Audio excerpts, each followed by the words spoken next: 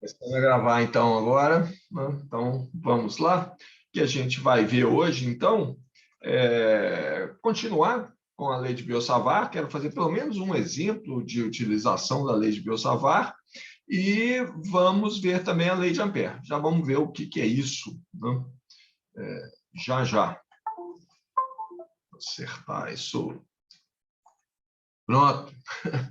Ok.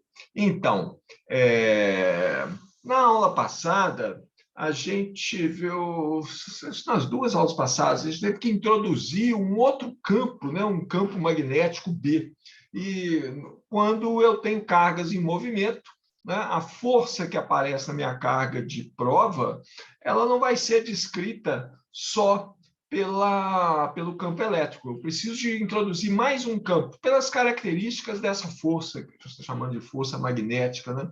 Eu preciso introduzir mais um campo. E na aula passada, então, a gente viu como calcular esse campo, né?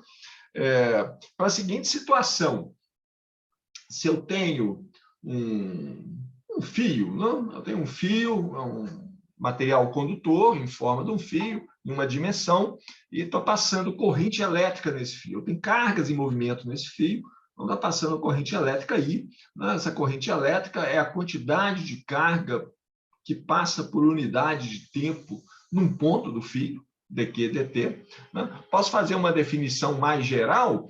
A gente fez isso, né? A gente escreve o vetor J, que é a densidade de corrente, é a quantidade de carga por unidade de tempo, ou seja, quantidade de corrente, quantidade de carga por unidade de tempo, que atravessa uma área perpendicular à direção de movimento dessas cargas. Né?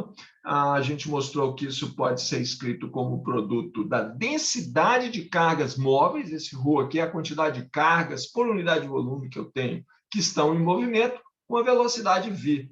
Então, esse vetor densidade corrente, J, que é muito importante, a gente vai usar bastante, né? Ele é a quantidade de carga por unidade de volume que passa por unidade de tempo, né? Através de uma área perpendicular à direção de movimento dessas cargas. São cargas que têm velocidade v. Importante lembrar que esse ρ aqui é só a densidade das cargas que estão em movimento. Num fio como esse, eu tenho cargas que estão em movimento, que fazem a minha corrente, né? Mas eu tenho outras cargas também que estão paradas aqui. Então, são cargas negativas que estão em movimento, por exemplo. Eu tenho cargas positivas no fio paradas que compensam essas cargas negativas. O fio, como um todo, é neutro. Então, ele não deveria fazer força nenhuma sobre uma carga de prova colocada aqui nas proximidades do fio. Mas eu vejo que se tem cargas em movimento, aparece uma força, né? Se essa carga de prova estiver em movimento também, com uma outra velocidade, que não é essa de cá, claro. Né? E aí a gente precisa desse campo B para descrever essa carga. A relação entre corrente e densidade de corrente, né? A gente chegou nisso também. Eu posso escrever a corrente I como sendo a integral sobre a área, uma área qualquer, né? J escalar dA. Quando eu faço J escalar dA, né, eu pego a componente do J que cruza essa área aqui sobre a qual eu faço essa integral. Sobre uma superfície fechada, me dá a corrente total que sai de dentro dessa superfície fechada. Né? Não precisa ser uma superfície fechada aqui, não. Posso definir a corrente assim. Vamos tirar esse. Bom, então, estou falando desse campo que a gente precisa para descrever essa força, né?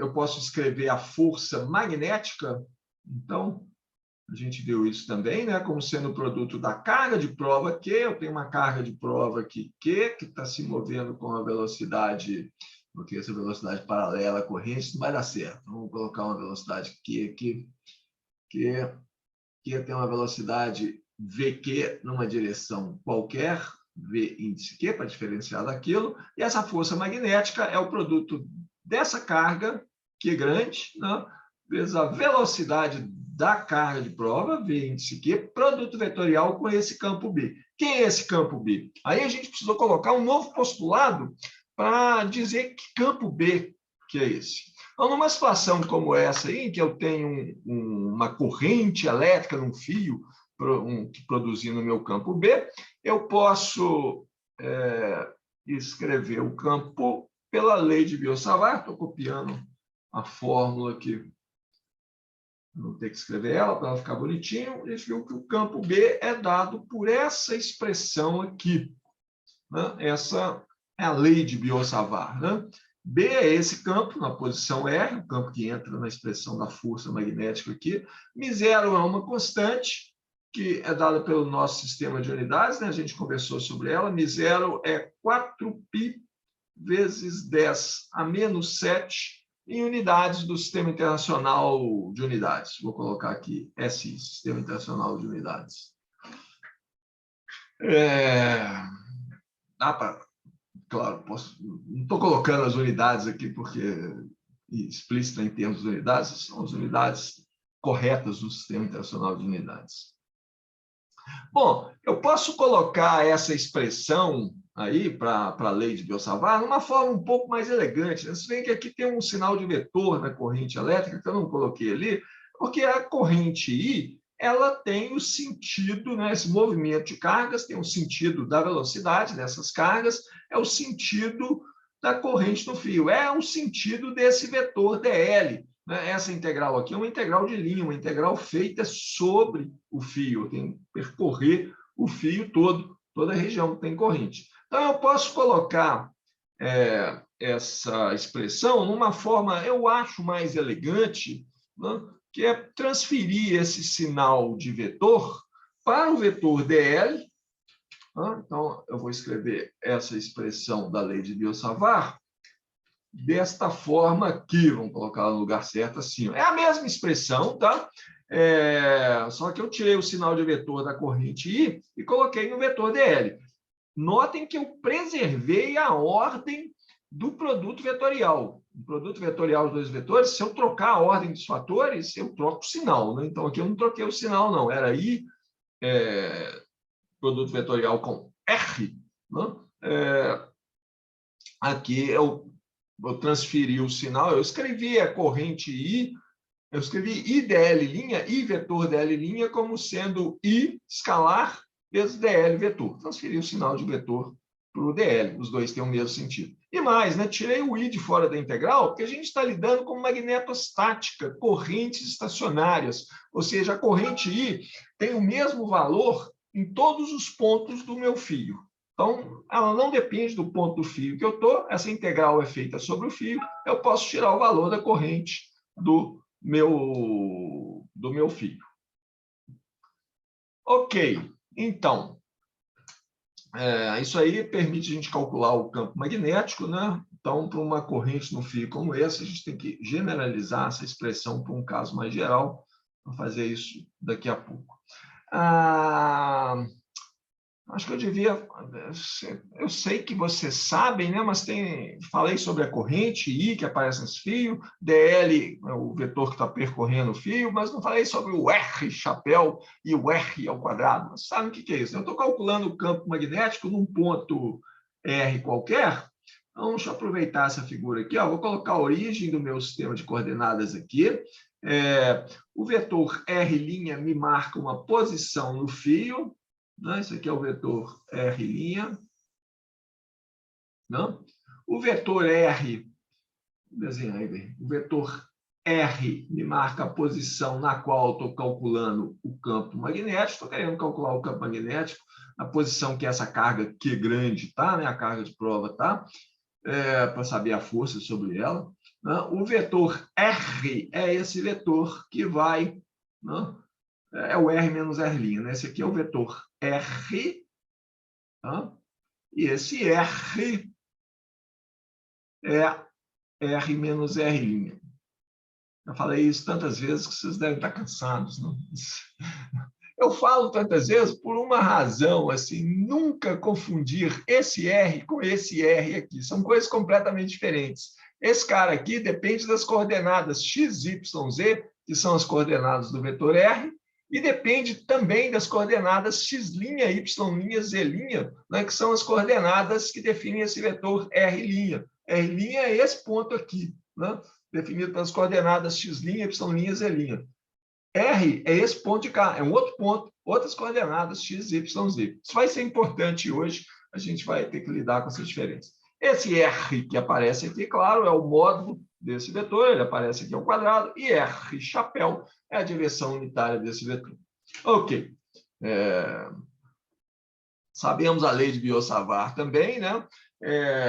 Uma coisa que eu acho que eu não falei ainda sobre o campo magnético é que o campo magnético, igual ao campo elétrico, o campo magnético também obedece ao princípio da superposição.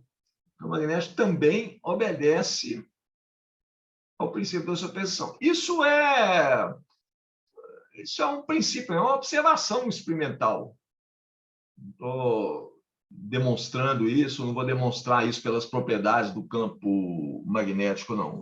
O mundo é desse jeito, tá? Ele acontece desse jeito. Ou seja, estou querendo dizer que o campo magnético total em um ponto qualquer é a soma dos campos magnéticos produzidos por correntes individuais. Tá? Então, se eu tiver vários fios, N grande fios, eu posso calcular o campo magnético produzido por cada um desses fios e somar todos eles vetorialmente, uma soma vetorial, né? Isso facilita o nosso cálculo do campo magnético total. O campo magnético total em um ponto é a soma dos campos magnéticos individualmente produzidos por cada um dos fios. Muito bem.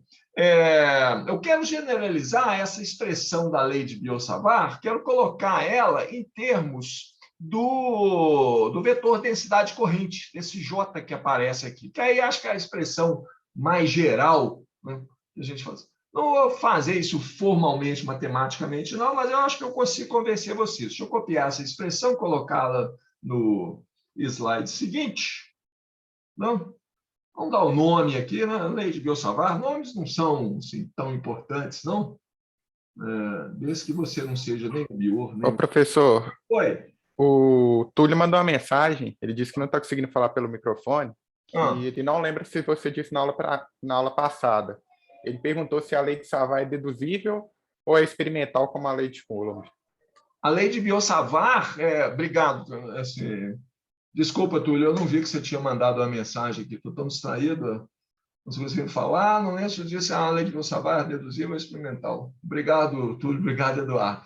A lei de Biot-Savart é um postulado, ela não é deduzível a partir de nada. Assim. Eu não tenho uma teoria mais geral a partir da qual eu possa deduzir a lei de Biot-Savart. Ela é um postulado. Qual que é a justificativa para ela? O campo magnético que eu calculo a partir dela é um campo magnético que concorda com os resultados experimentais. Usando o campo magnético calculado pela lei de Biot-Savart, eu consigo descrever a força sobre uma carga de prova, vou voltar no slide anterior, usando essa expressão aqui, que é outro postulado, tá? Isso aqui é baseado nos resultados experimentais, tá? Então, isso é outro postulado. Isso aqui é um postulado, isso aqui é um postulado. Juntando os dois postulados, eu consigo explicar, eu consigo prever qual que é o valor numérico, modo, direção e sentido, né, da força que atua sobre essa carga aqui, nessa situação aqui. Ok? Então, é um postulado. Toda teoria física, né, a gente tem que ter um conjunto de postulados básicos a partir dos quais a gente deduz o resto da teoria, a gente faz previsões sobre resultados e experiências. No caso do eletromagnetismo, eu tenho 4 postulados, que são as 4 equações de Maxwell.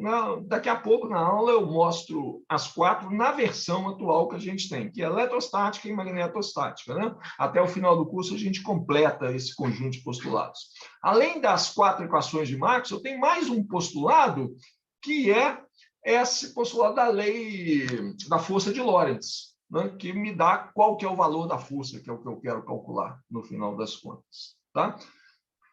Com isso aí, com essas 4 equações de Maxwell, esses 4 postulados, mais a expressão da força de Lorentz, postulo essas 5 coisas, né? Dadas as condições de fronteira, eu sei, a princípio, resolver qualquer problema de eletromagnetismo para vocês terem. Muito bem, mas eu quero, seguindo em frente aqui agora, eu quero generalizar essa expressão da lei de Biot-Savart, colocando ela em termos do vetor J. Não? Lembra que a corrente que aparece aqui nessa expressão, eu posso escrever ela como uma integral sobre uma superfície qualquer, né? Essa é a corrente que passa através da superfície, de J escalar dA. dA é o vetor paralelo, o vetor perpendicular a essa superfície sobre a qual eu faço essa integral, não? Apontando para fora dela, se for uma superfície fechada, apontando na direção da corrente. Então, ó, dA, se eu escolho o que me interessa é o fluxo de carga na direção do vetor dL. Então, eu escolho o meu dA na direção do vetor dA. Eu escolho o meu dA na direção do vetor dL. Então, dA e dL são paralelos, tá? Esse vetor dA que está na expressão é paralelo ao vetor dA que aparece naquela expressão ali. O produto de dA, o módulo desse vetor, vezes o módulo desse vetor aqui, me dá um elemento de volume, dtal, certo? Então, ó, usando esses argumentos aqui, eu posso... eu vou colocar a corrente dada por essa integral no lugar dessa corrente aqui.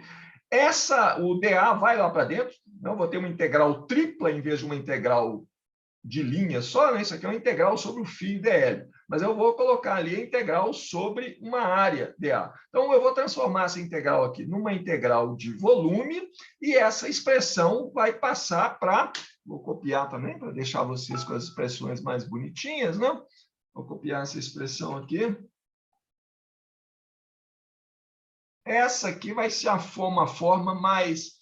É a mesma expressão, tá? Mas eu vou dizer que é uma forma mais geral da lei de Biot-Savart, porque ela envolve a densidade corrente J, que no caso de um fio se reduz para corrente no fio.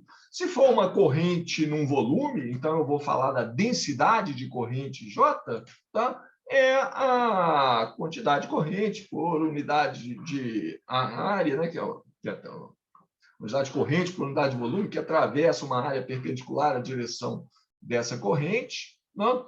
Então, é um caso mais geral. Posso particularizar essa expressão aqui para 2 dimensões também, né? Então, isso aqui seria em 3 dimensões.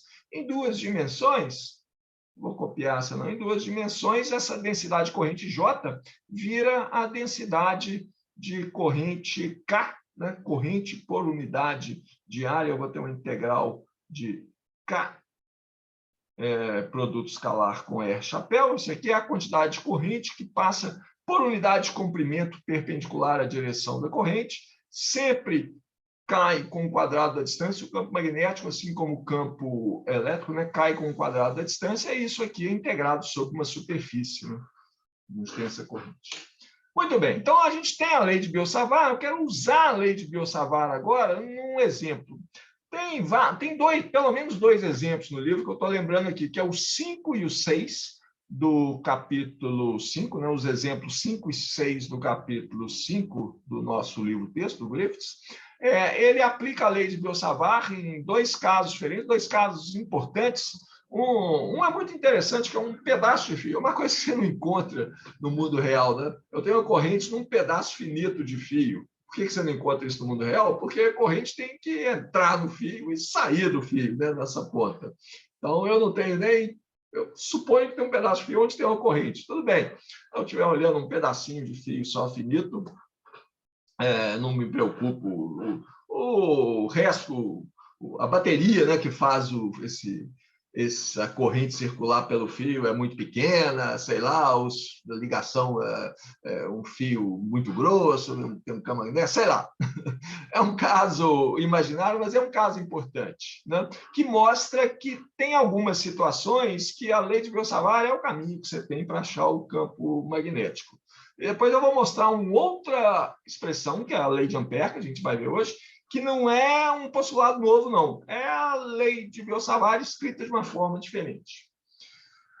Muito bem, mas não vou fazer nenhum desses 2 exemplos, 5 e 6, não estão feitos no livro. Resolvi fazer um dos problemas. Na verdade, vou fazer só uma parte do problema, para servir como exemplo aqui. Vou fazer o problema 5.9, nas 2 edições é o mesmo número de problema, né? O problema 9 do capítulo 5, em que eu tenho a seguinte situação. Eu tenho um pedaço de fio que é um semicírculo, assim, na verdade, um quarto de círculo, Aí essa parte aqui sobe reta, e aí vem um outro pedaço de círculo aqui, e aí completa o caminho assim. Acho que eu vou copiar a figura do livro, que essa aqui ficou horrorosa, né? Tem uma corrente passando nesse fio. Como que eu mantenho essa corrente circulando no fio? Sei lá, isso...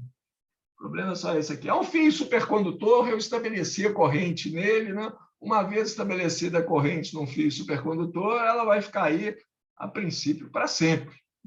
No fio supercondutor, a resistência é zero, a dissipação é zero, essa corrente fica aqui para sempre. Então, essa é a situação, e eu quero calcular o campo magnético num ponto aqui no centro,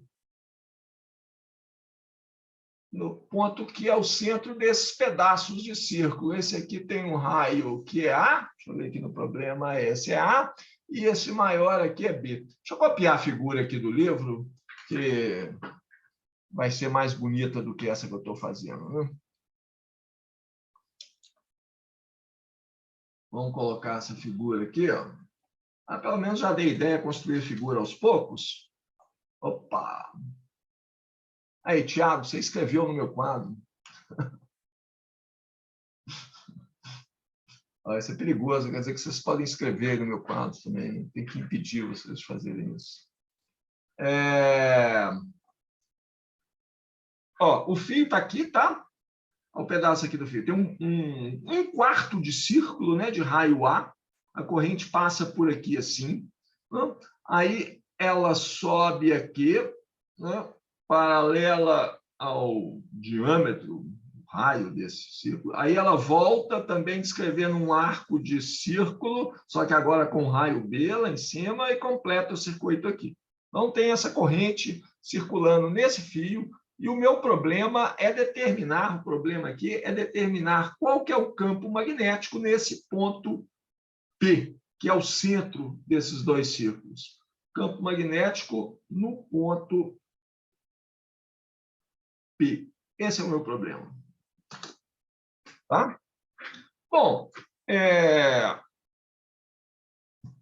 olha só, nós vamos usar a lei de Biot-Savart para isso. A lei de Biot-Savart me diz que o campo magnético num ponto qualquer é μ0, essa altura todo mundo já sabe de cor a lei de Biot-Savart, né? Ela é o análogo magnético da lei de Coulomb, então tem muitas semelhanças, né? Tem uma constante, que aqui é μ0 sobre 4π, a lei de Coulomb lá é 1 sobre 4π epsilon 0. Eu tenho uma integral, né, sobre a minha distribuição de corrente. Se a corrente é constante, eu posso pôr ela aqui do lado de fora, né, e eu tenho integral, só que aqui ela é dl' produto vetorial com o R chapéu, né, dividido pelo R ao quadrado. Muito bem. A corrente I é a mesma em todos os pontos desse fio, está aqui, né? μ0 sobre 4π constante, já tem. O vetor dl' é o vetor que percorre esse fio aqui. Né? Então, dl' aqui, ele tem esse sentido, dl' aqui, nesse ramo aqui, dl' está nessa direção, um vetor dl'. Aqui, o dl' vetor está aqui assim, e finalmente aqui ele está assim. Bom, o melhor jeito de fazer isso aqui, então, é dividir em 4 partes. Essa integral aqui, eu vou fazer essa integral, vou somar, né, a contribuição para a integral dessa parte do fio, com essa parte do fio, com essa parte do fio, com essa parte do fio. Porque para cada uma dessas partes, eu tenho um resultado diferente para o produto vetorial dl', produto vetorial com R chapéu. O R chapéu, nesse pedaço todo de círculo aqui de raio A, ele está orientado nessa direção, R chapéu.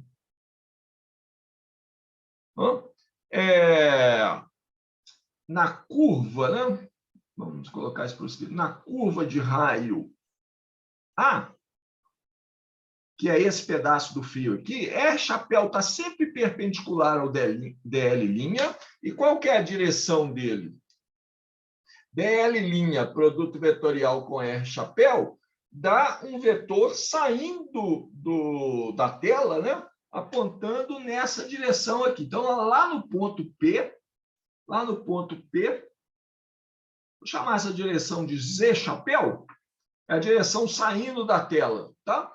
Então, em todos os pontos desse percurso aqui, DL' é sempre perpendicular ao R chapéu, que está apontando em direção ao círculo.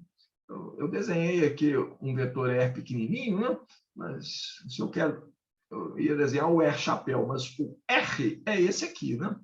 Esse é o vetor R, que vai de um ponto do fio até o ponto R, que é o ponto P, onde eu estou calculando o meu campo magnético, tá? Então, em todos os pontos dessa curva de raio A, o produto vetorial DL' com R chapéu a chapéu tem módulo 1, DL' tem módulo DL, isso aqui é o DL' na direção Z chapéu, como a gente viu, a direção saindo da tela.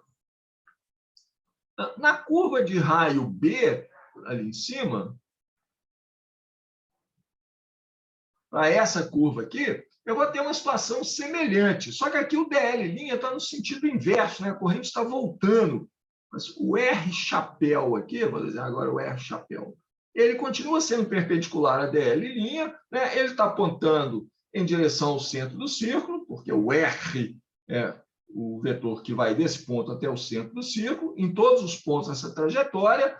DL', produto vetorial com R chapéu, agora é um vetor na direção menos E chapéu, entrando na tela.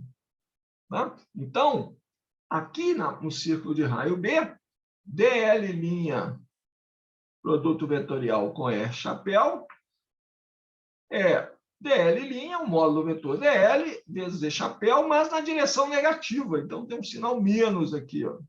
Vou abrir espaço para menos aqui. Igual a menos isso aqui. Ok. Eu sei isso aqui, né? Ali em cima e ali em cima. Ah, tem mais uma coisa que eu posso completar aqui, né? Nessa curva de raio A, quanto que vale R ao quadrado? Todos os pontos da curva de raio A estão à mesma distância do ponto P. Então, R é a distância de um ponto desse fio até o ponto onde eu estou calculando o campo magnético. E essa distância é sempre a mesma, é A. Então, todos os pontos da curva de raio A, R ao quadrado é o A ao quadrado. Não? Do mesmo jeito, na curva de raio B aqui, né? Todos os pontos estão à mesma distância, que é B, então o R ao quadrado ali em cima vale B ao quadrado. Ok, está faltando esses dois pedaços de fio aqui, ó. Esse, não? Que vem aqui na horizontal, e esse aqui na vertical. Mas nesses pedaços, olha só, qual que é a direção de R chapéu para um ponto nesse fio aqui? É paralelo ao vetor DL', em todos os pontos desse fio. Eu quero desenhar o R chapéu.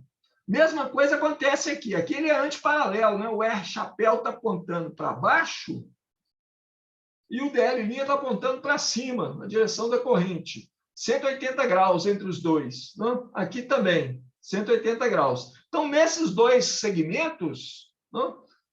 Nos segmentos, vou chamar de segmentos retos do fio,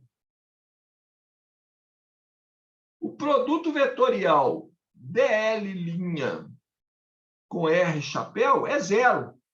Eles são ou paralelos ou antiparalelos. Então, essa integral, na verdade, vai ser uma soma de duas integrais. A integral sobre a curva de raio A, mais a integral sobre a curva de raio B. Na verdade, menos a integral sobre a curva do raio B, né, por causa desse sinal aqui. Ou seja, vou ter que mudar de slide, mas acho que vocês vão entender isso aqui, né? Então, o campo magnético lá no ponto P, posso chamar assim, vai ser μ0i sobre 4π, a corrente tem o mesmo valor em todos os pontos, né? A primeira integral é a integral de dl z chapéu sobre o pedaço de fio com R igual a A, vou indicar assim, né? Dividido por A ao quadrado. Né? A segunda integral é a integral sobre o pedaço do fio de raio B, que vai dar μ0i, corrente a mesma, lá sobre 4π. Esse sinal menos é porque naquela região o produto vetorial DL' com R chapéu é menos DL' Z chapéu. Não? E a distância de todos os pontos desse fio até o ponto P é B ao quadrado.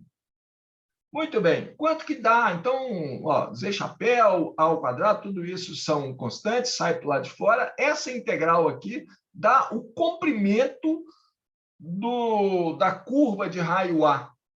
Vou voltar atrás no desenho. A primeira integral é a integral sobre DL' só, sobre esse pedaço de fio aqui, ou seja, é o comprimento desse pedaço de fio. Isso é 1/4 de um círculo de raio A. Então, a primeira integral vai dar, vou colocar ela completa, 0i sobre 4π.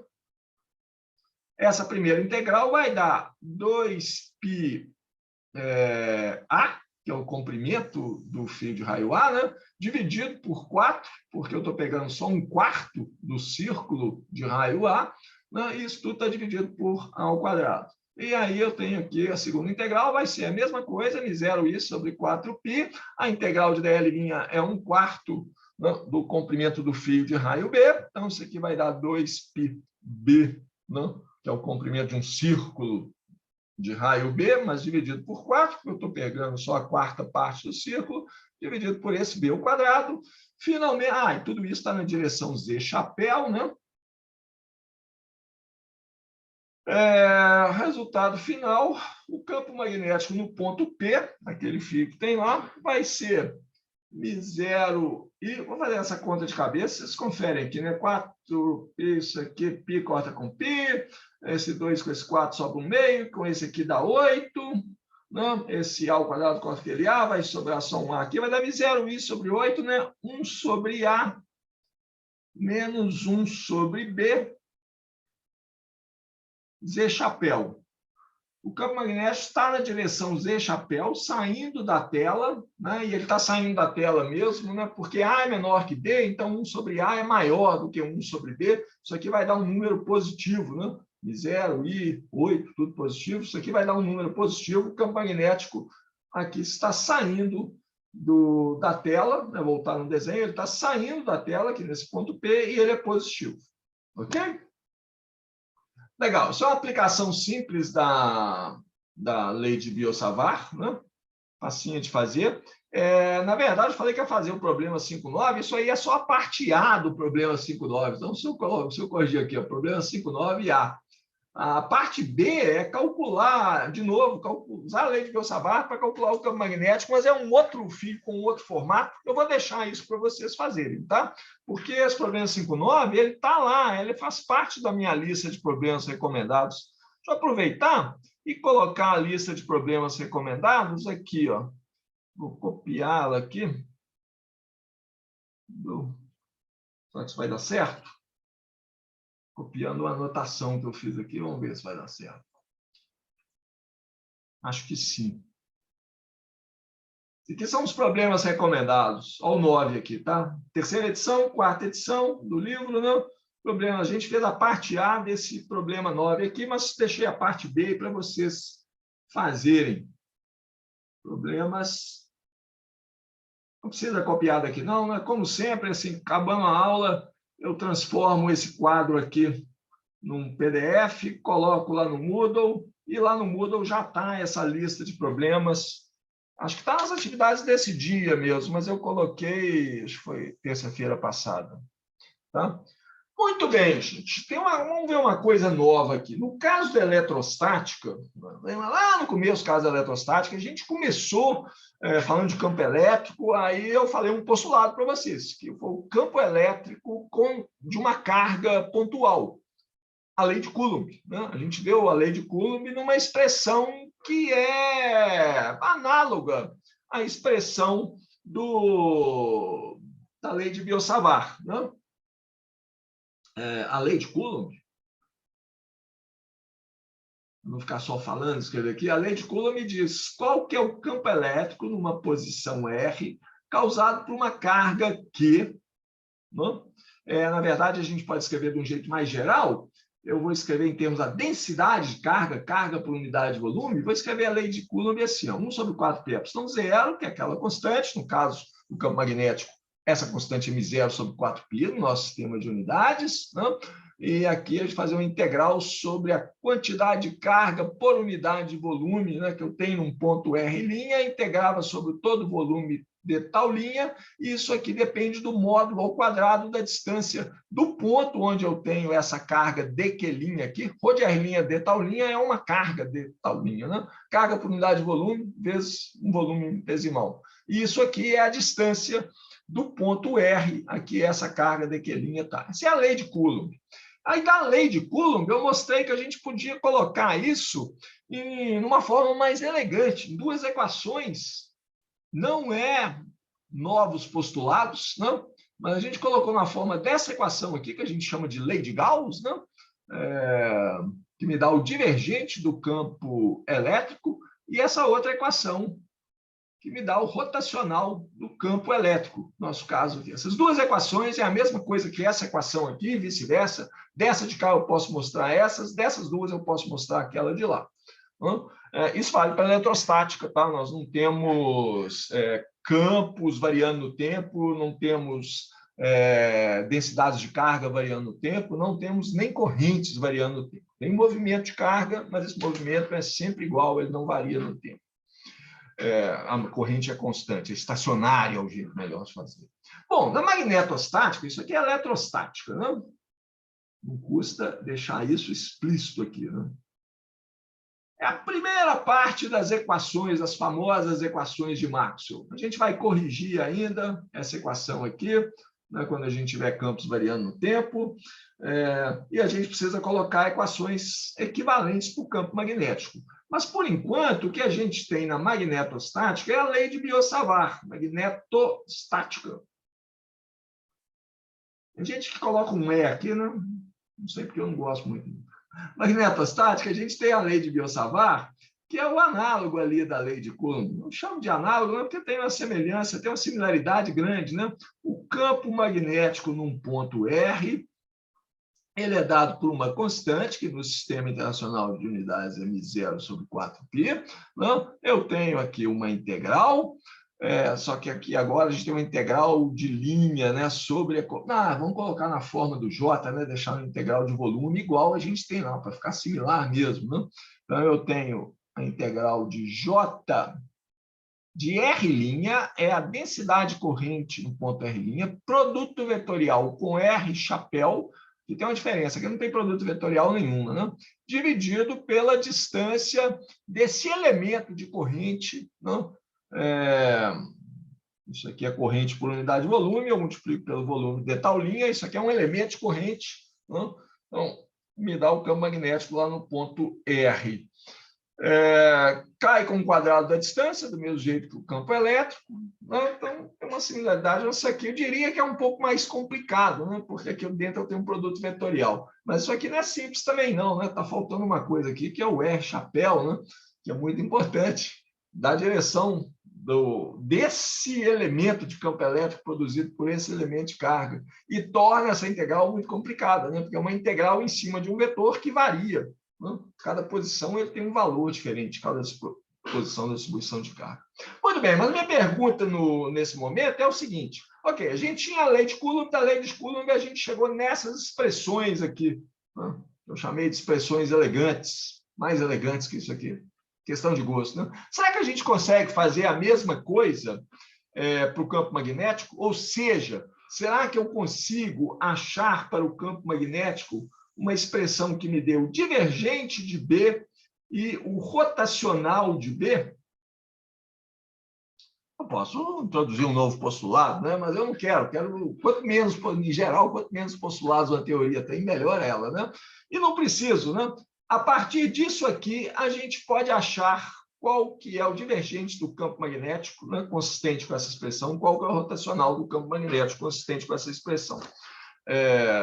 Então, vamos fazer isso agora. Tá? Agora, antes de fazer isso, deixa eu chamar a atenção para uma coisa. Lembrar de uma coisa. Né? Olha só, O vetor R, nós vamos ter que lidar com o vetor R, que depende das coordenadas x, y, z. Ele é x, x chapéu, mais y na direção y chapéu, mais z na direção z chapéu. Temos que lidar também com o vetor R'. O vetor R' é especificado no mesmo sistema de coordenadas. Vou usar um sistema de coordenadas só. X chapéu, y chapéu e z chapéu. Mas as coordenadas do vetor R' são outras. São x', y' e z'. Quando eu vario o vetor R', eu estou variando as coordenadas x', y' e z'. Quando eu vario o ponto R, né, eu estou variando x, y, z. São coordenadas independentes. O sistema de eixos é o mesmo. X chapéu, y chapéu e z chapéu. Né? Vetores diferentes. Claro, então, né, adoro falar do R, que é, por definição, o R menos R'. É fácil em coordenadas cartesianas calcular isso, né? X menos x' na direção x chapéu, né? Y menos y' na direção z chapéu, y chapéu, né?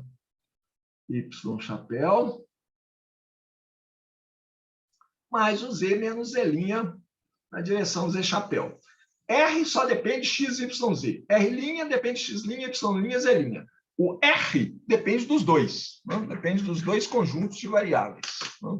Ok, para que eu estou fazendo isso? Porque o que eu vou fazer agora é pegar a lei de Biot-Savart e vou tirar o divergente dela.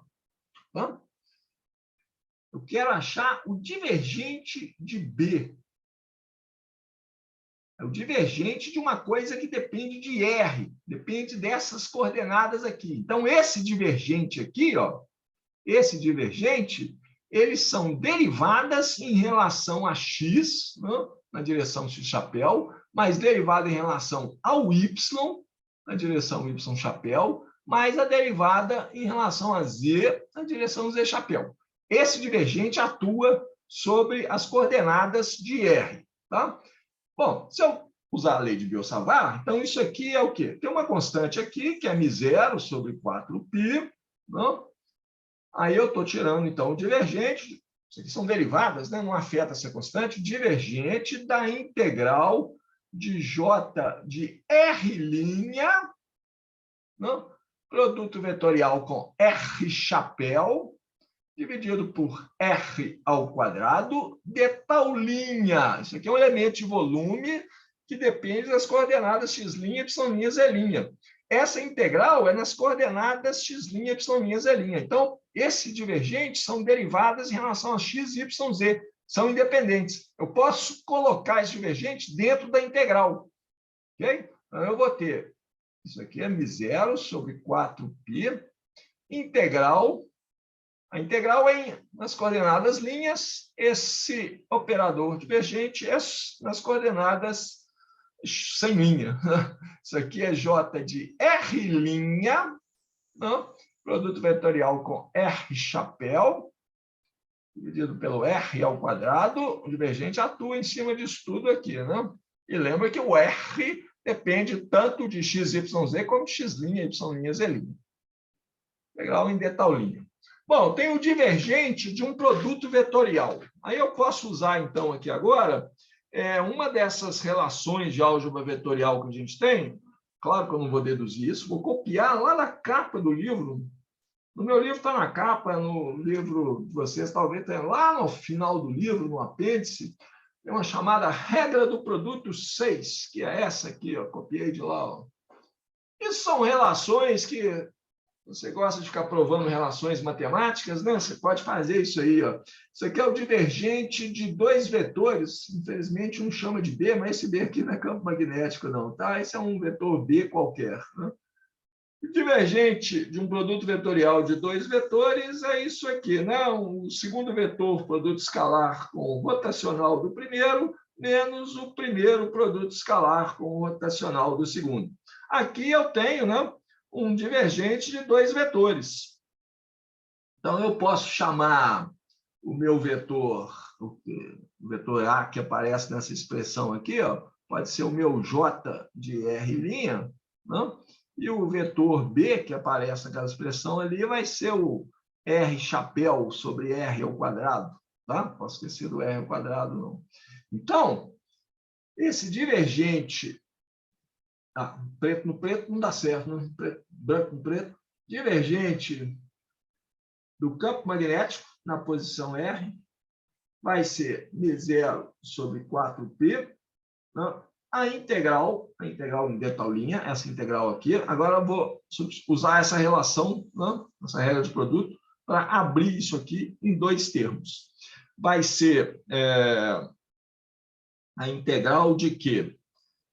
O segundo vetor, R chapéu sobre R ao quadrado, produto escalar com o rotacional do primeiro vetor, que é o J de R'.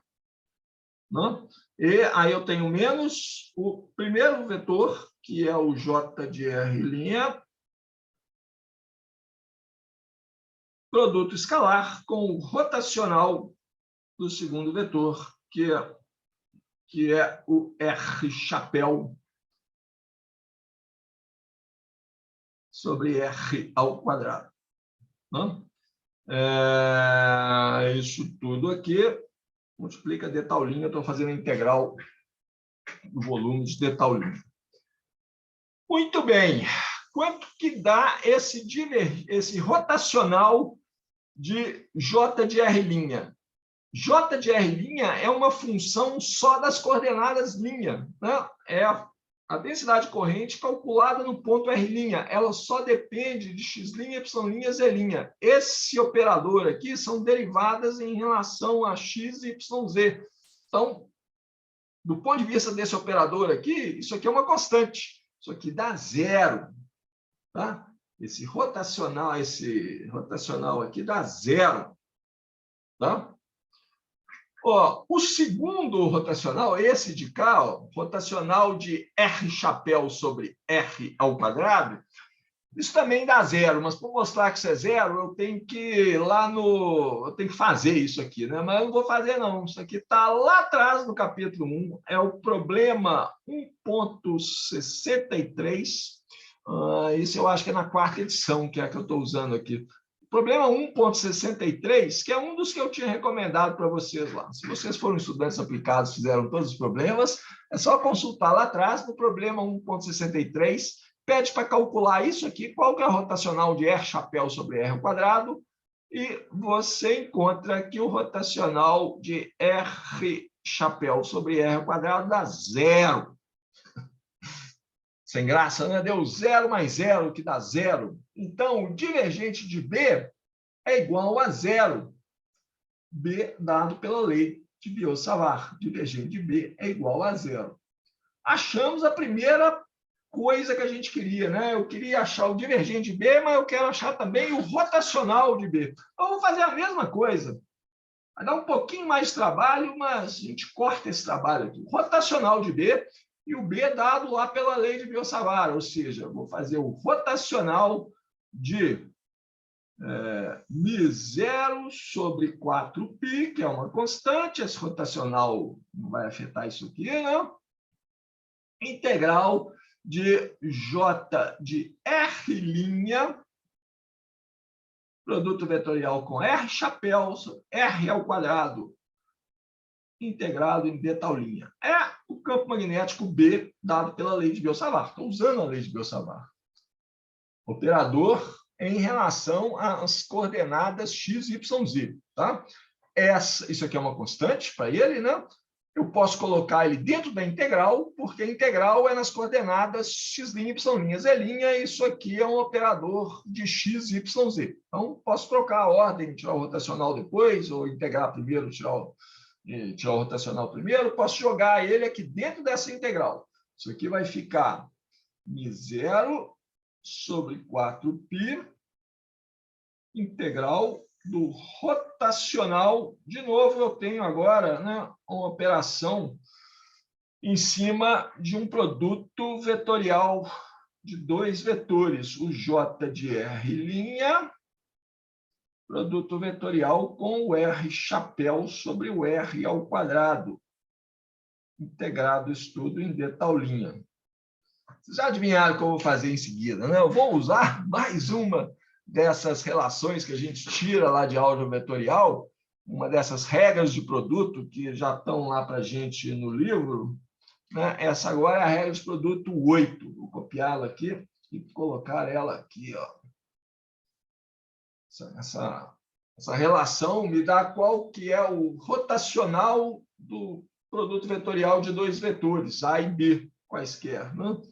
É isso aí, né? O segundo vetor, produto escalar com o operador del, né? Vezes o primeiro vetor, menos blá, blá, blá. Isso que está escrito aqui. Né? Essas relações, gente, é claro que eu posso demonstrá-la para vocês. Assim, o jeito mais pé de boi de demonstrar essa relação é você fazer as contas na mão mesmo, né? Faz a conta disso aqui, ó. Faz a conta disso aqui, coloca lá, usa coordenadas cartesianas, escreve as componentes desse vetor, né? O resultado dessas operações aqui vai ser um vetor. Escreve as componentes desse vetor, aí calcula as componentes desse vetor aqui e você mostra que elas são iguais. É um jeito de mostrar essa relação que eu estou chamando de no braço. Né? Pode fazer isso. Né? Ou tem jeitos mais elegantes de provar isso matematicamente. Mas isso aqui não é um curso de matemática. Ok, então, olha só.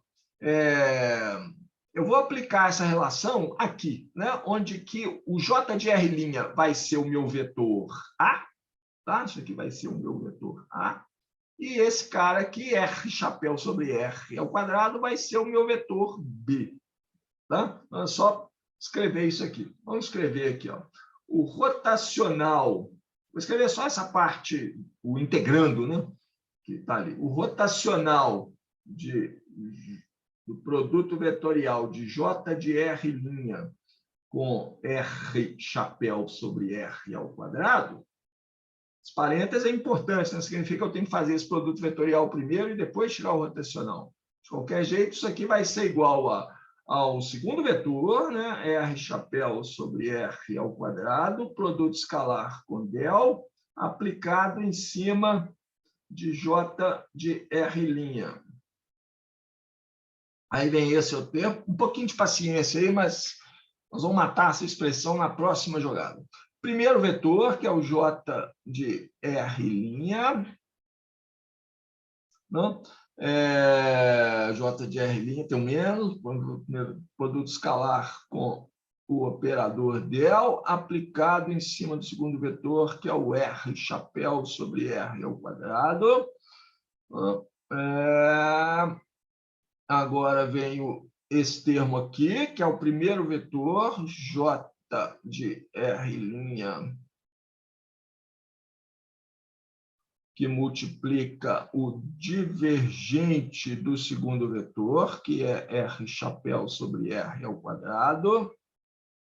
E, finalmente, esse último termo, que é o segundo vetor, R chapéu sobre R ao quadrado, que multiplica o divergente de J de R'. Tem duas coisas, dois desses termos aqui, que de cara a gente já vê que é zero. Este cara, isso aqui é o divergente de J de R', já tinha aparecido antes, né? Eu estou tirando derivadas em relação a x, y, z, de uma coisa que só depende de x', y', z'. Então, isso aqui dá zero. Esse termo dá zero. Matamos um. Isso aqui vai acontecer a mesma coisa do primeiro termo. Seja o que for, isso aqui eu tenho R chapéu vezes R ao quadrado, produto escalar com del. Mas isso aqui são derivadas em relação a x, y, z, e essas derivadas vão atuar em cima de uma coisa que não depende de x, y, z, mas que só depende de x', y', z'. Então, esse termo, o primeiro termo aqui, também dá zero. Certo? Agora, tem um outro termo aqui, ó, que é esse de cá. Deixa eu circular ele em vermelho. Esse aqui, ele não dá zero de cara, não, porque esses aqui são derivados em relação a x, y, z, e R chapéu e R ao quadrado dependem também de x, y, z. Né? Então, isso aqui não dá zero por causa das derivadas, não. Mas quando eu faço a integral disso aqui, tá? Quando eu faço a integral disso aqui em todo o volume, tá? Isso vai dar zero. Eu não vou demonstrar isso aqui, eu vou escrever isso aqui. Está mostrado no livro, tá? O que está mostrado no livro é que a integral de J de R', produto escalar o gradiente, derivadas em relação a x, y, z, né, atuando em cima de r chapéu sobre r ao quadrado, eu posso fazer, de tal linha, eu faço essa integral por partes, tá? Abro ela em duas integrais, uma integral que dá uma integral de superfície, outra que fica uma integral de volume mesmo, né? Resolvo cada uma delas, tá? E o resultado disso aqui dá zero. Quem não acreditar em mim, dá uma olhada lá no livro. Eu não quero fazer isso porque isso aqui vai dar uma calculeira de, no mínimo, uns 15 minutos, e aí vocês vão parar de prestar atenção nas coisas importantes, tá? Mas essa integral dá zero, tá? Lembra de conferir depois. Acabou a aula, vai lá conferir isso. Vocês podem tentar fazer na mão mesmo, sem olhar no livro antes, né? Que é legal, sempre um exercício a mais, né? Ou então, olha lá no livro, está resolvido direitinho lá. Ó, esse termo, primeiro termo dá zero, esse último termo dá zero, a integral sobre esse termo aqui vai dar zero, né? Sobra só esse termo de cá, né, nessa expressão, para o rotacional de B. Então, vamos reescrever aqui o que sobrou. O rotacional de B, né, ficou reduzido, eu coloquei o B, dado pela lei de Biot-Savart, né, usei essas expressões matemáticas aqui e sobrou só isso aqui, μ0 sobre 4π, o que é mesmo? Vamos voltar lá atrás para a gente ver. Não é isso aqui, não, é isso aqui. Ó. Sobrou esse termo aqui. A integral vai ser em cima de JR' divergente de R chapéu sobre R ao quadrado. Sobrou J de R' vezes o divergente, produto escalar, né, com... Não. Que multiplica o divergente de R chapéu sobre R ao quadrado. JR', isso tudo aqui é integrado em detaulinha. Muito bem, esse cara aqui, a gente já encontrou ele antes algumas vezes. Fizemos isso lá no capítulo 1 também, eu chamei a atenção. Isso aqui é um resultado importante, a gente vai usar muitas vezes, né? A gente viu, vamos mostrar no capítulo 1, o divergente de R chapéu sobre R ao quadrado dá 4π vezes o delta de Dirac de R'. R menos R', né? O delta de Dirac de R. Opa!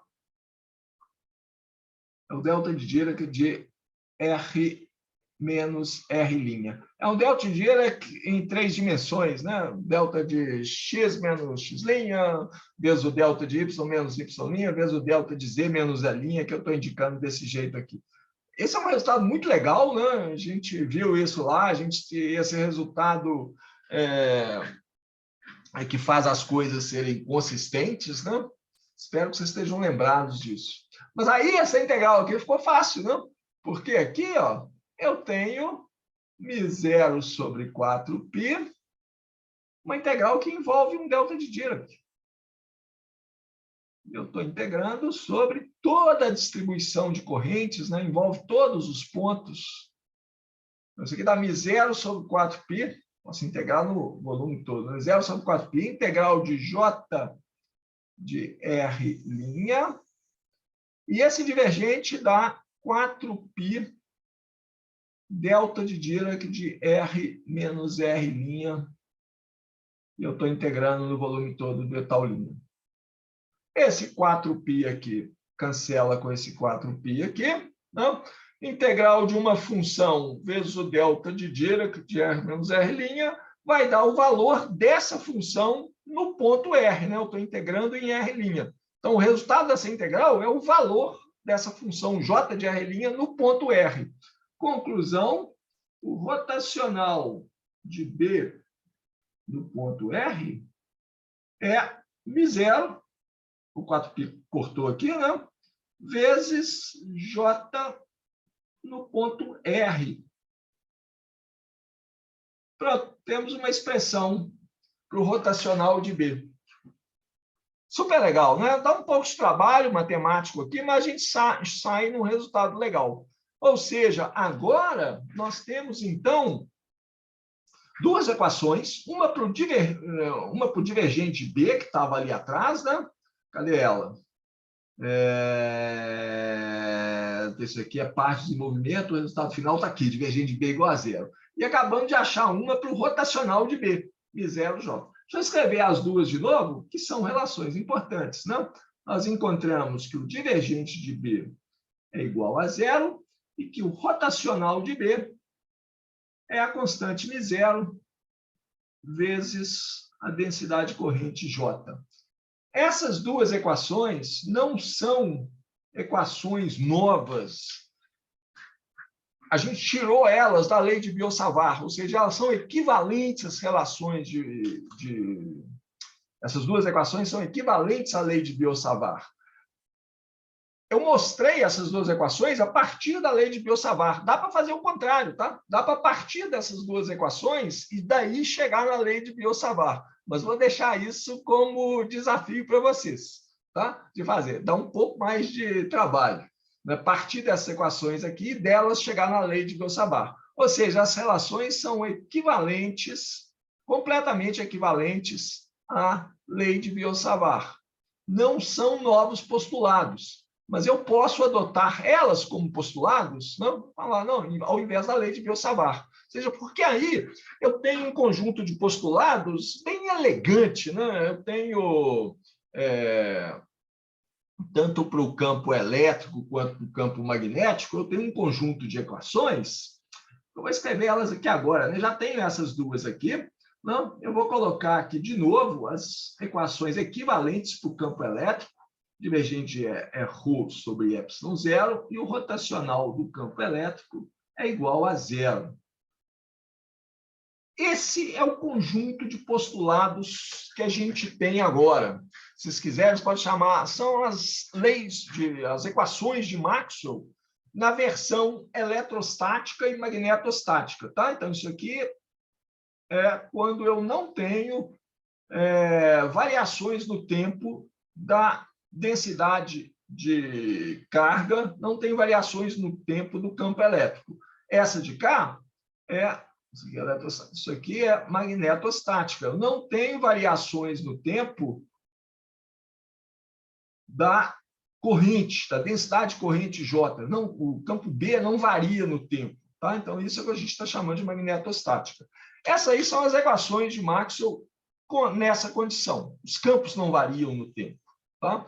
São equivalentes à lei de Biot-Savart, equivalentes à lei de Coulomb. Podia estabelecer a lei de Coulomb e a lei de Biot-Savart. Esses são meus postulados básicos. Mas é mais elegante colocar na forma dessas equações aqui. Por quê? O que eu quero determinar são os campos vetoriais B e E. Um campo vetorial ele é determinado pelo valor do divergente desse campo, o valor rotacional desse campo, mais as condições de fronteira, né? Claro que, no fundo, eu tenho que resolver uma equação diferencial e ela vai ficar dependendo de constantes que são determinadas pelas condições de fronteira, e na hora que a gente deixar esses campos variarem no tempo, eu preciso também das condições iniciais, o valor dos campos, né? No tempo t igual a zero. Posso ir da lei de Biot-Savart para essa equação, né, como a gente fez. Posso ir dessas equações até a lei de Biot-Savart, que eu deixei como desafio, dá um pouco de trabalho. Do mesmo jeito que a gente fazia aqui, né, para ir do campo elétrico à lei de Coulomb, dessas equações diferenciais, né, para a lei de Coulomb e vice-versa. Acho que o campo elétrico a gente fez nos dois sentidos. Não lembro mais se eu deixei um para casa para vocês, não. Tem uma coisa bonita nessas equações, né, que tem uma certa simetria aqui. Ó. O divergente de B é igual a zero. O rotacional de E é igual a zero. O divergente de E é uma constante vezes a fonte de campo elétrico, que é a densidade corrente. Né? O rotacional de B é uma constante, né, que multiplica a fonte de campo magnético, que é a densidade corrente. É uma certa simetria, mas não é uma simetria completa, né? Porque aqui é o rotacional, que depende da fonte de campo magnético, e aqui é o divergente, que depende da fonte de campo elétrico. Vocês sabem da história, né? Se a gente tivesse cargas magnéticas isoladas, tivesse monopolos magnéticos, aí a simetria dessas equações aqui seriam completas, né? O divergente de B não seria mais zero, mas ele ia depender de uma densidade de cargas magnéticas, de uma forma similar a isso aqui, e o rotacional do campo elétrico não seria zero, mas ele ia depender de um movimento corrente de cargas magnéticas, né? Um J índice M. Mas isso é viajação mental, né? Porque ninguém nunca enxergou uma carga magnética isolada, um monopolo magnético. Você vê dipolos magnéticos. Se você encontrar um polo norte, tem um polo sul junto com ele, e não adianta você tentar separar. A gente conversa mais sobre isso depois, né? Mas se vocês quiserem brincar com isso, eu acho até que tem um problema no livro. Exatamente, tem um problema desse capítulo, capítulo 5, que é o 21 ou 22. Não sei se está na lista de recomendados lá, vocês olham lá depois. É o 21 ou 22.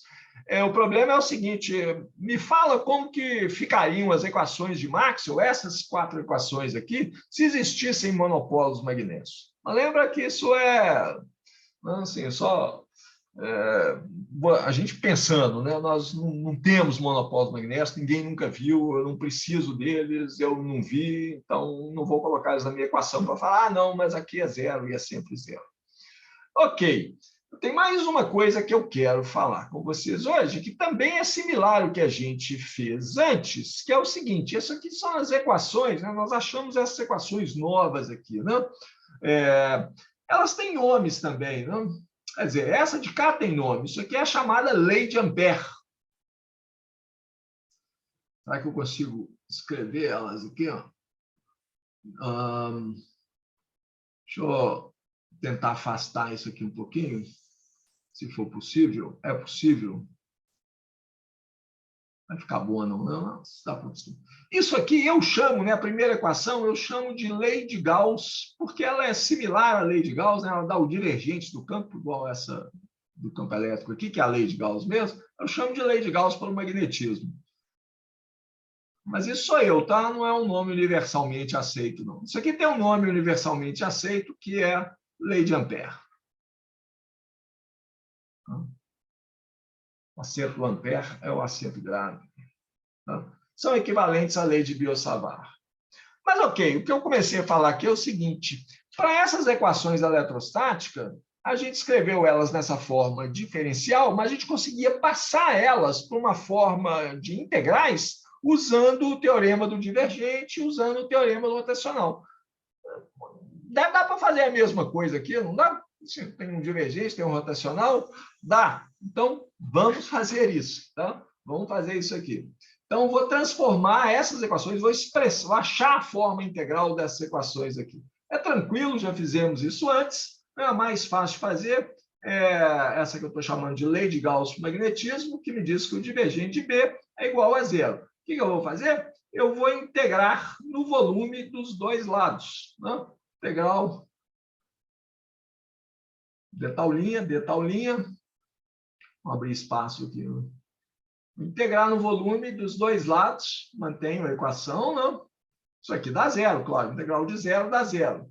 Uso o teorema do divergente aqui, transformo essa integral em volume numa integral sobre a superfície fechada que circunda esse volume, que define esse volume, não? O teorema divergente me diz que a integral do divergente de um vetor, né, sobre um volume qualquer é igual a integral sobre a superfície que circunda esse volume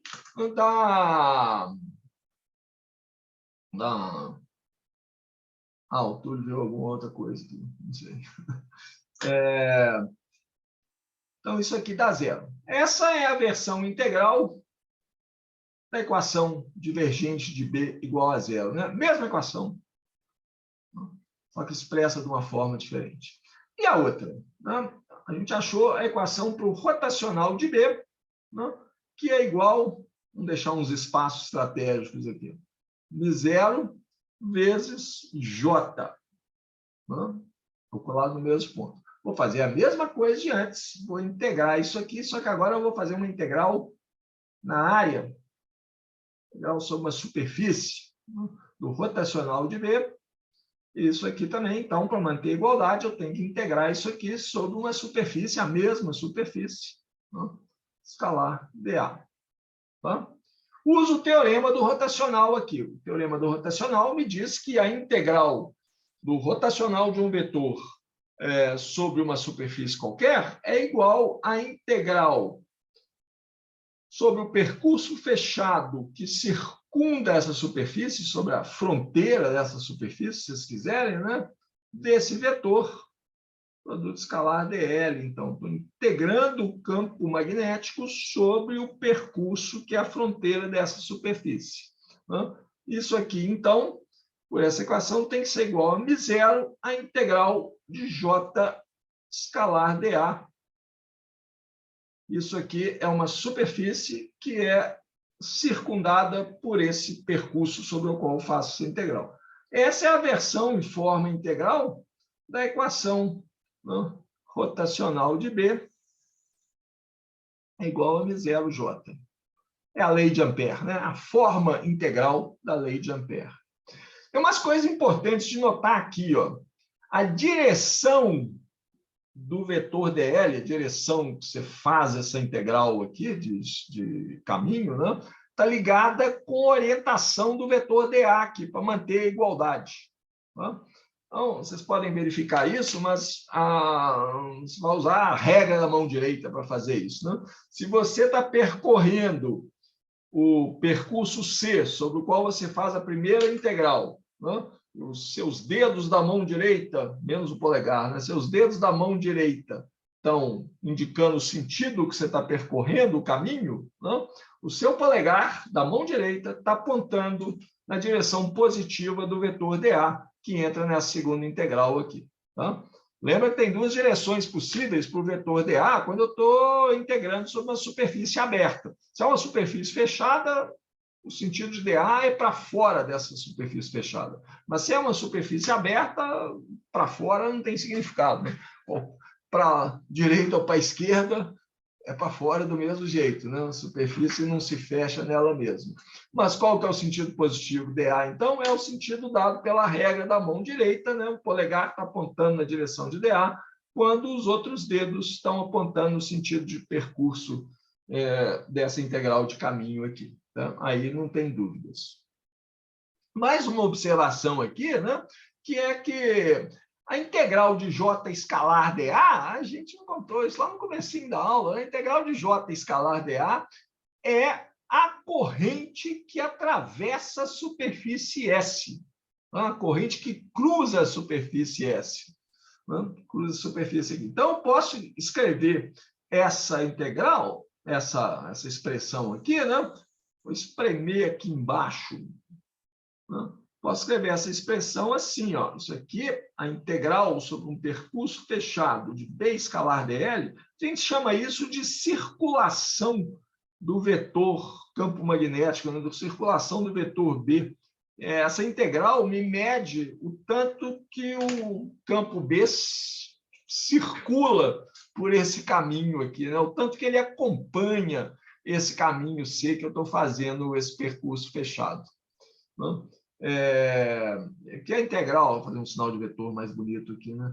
E o fato da integral ser diferente de zero significa que a circulação de B é diferente de zero, ou seja, B tem linhas de campo fechadas, ela dá a volta no percurso C, né? Ela saiu aqui e volta. Se é um percurso fechado, né? Isso aqui dá diferente de zero, é porque B dá a volta no percurso. As linhas de campo de B, né, criadas por uma densidade de corrente J, são fechadas.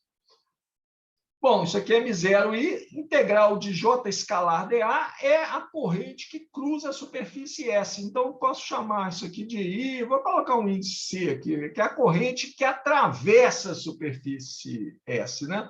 J escalar dA, eu pego a componente da densidade de corrente que passa pela superfície S, que é paralela ao vetor dA, que é perpendicular à superfície. Então, eu pego só a corrente que cruza a superfície S. Eu não vou pegar a corrente que é paralela àquela superfície lá. Então, isso aqui é uma forma equivalente de escrever essa equação. Né? Ok, bom, eu imagino que está claro essa ligação de sentidos de DL e DA, né? Pensei em fazer um desenho aqui para deixar isso claro, mas eu acho que, bom, se vocês tiverem dúvidas, vocês me falam, ok? Bom, gente, estamos com as equações básicas da eletrostática, da magnetostática, né? Essas 4 equações, posso chamar de as 4 equações de Maxwell para eletrostática, eletromagnetostática. Né? Pronto, aí é só tudo que eu preciso, mais condições de fronteira, consigo achar o campo elétrico e o campo magnético.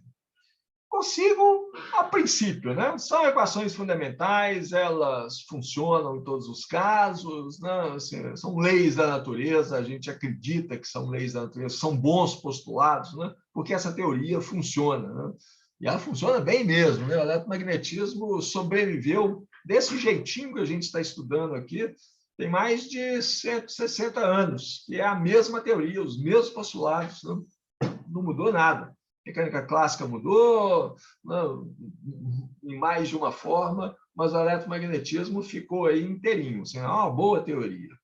Bom, é uma boa teoria, as equações funcionam, mas são equações complicadas. Resolver essas equações não é trivial. E, em geral, a gente tem que partir para soluções numéricas, num caso mais geral. Tem poucos problemas que a gente consegue resolver essas equações, né, analiticamente, ou seja, achar uma expressão, uma função, campo magnético é dado por essa função aqui. Né? São poucos problemas. A razão básica é essa aqui, ó, porque a coisa que a gente está querendo calcular, o campo magnético, por exemplo, as mesmas observações que eu estou fazendo aqui, eu já fiz para o campo elétrico antes, né? Mas vamos fazer de novo para o campo magnético. A coisa que eu estou querendo calcular é o campo magnético. E ele aparece dentro de uma integral. Quer dizer, para achar o campo magnético, tem que resolver essa integral. Mas para resolver essa integral, tem que saber qual é o campo magnético. Aí estou no mato sem cachorro, né? Assim, como é que eu faço? Só tem uma maneira de resolver isso, só tem um tipo de situação que a gente consegue resolver isso analiticamente. É quando eu consigo tirar esse B de dentro da integral. E quando que eu consigo isso? Eu preciso ter simetria no meu problema, simetria suficiente para que eu possa escolher um percurso C, sobre o qual eu vou fazer essa integral aqui, em que o B seja paralelo ao vetor dl, que marca esse percurso, em todos os pontos. Se B é paralelo ao vetor dl em todos os pontos, e mais, ele tem o mesmo valor em todos os pontos, né? Então, não precisa ser paralelo ao vetor dl, ele precisa ter o mesmo valor, ser o mesmo vetor em todos os pontos dl, de tal maneira que B escalar dl tem sempre o mesmo valor.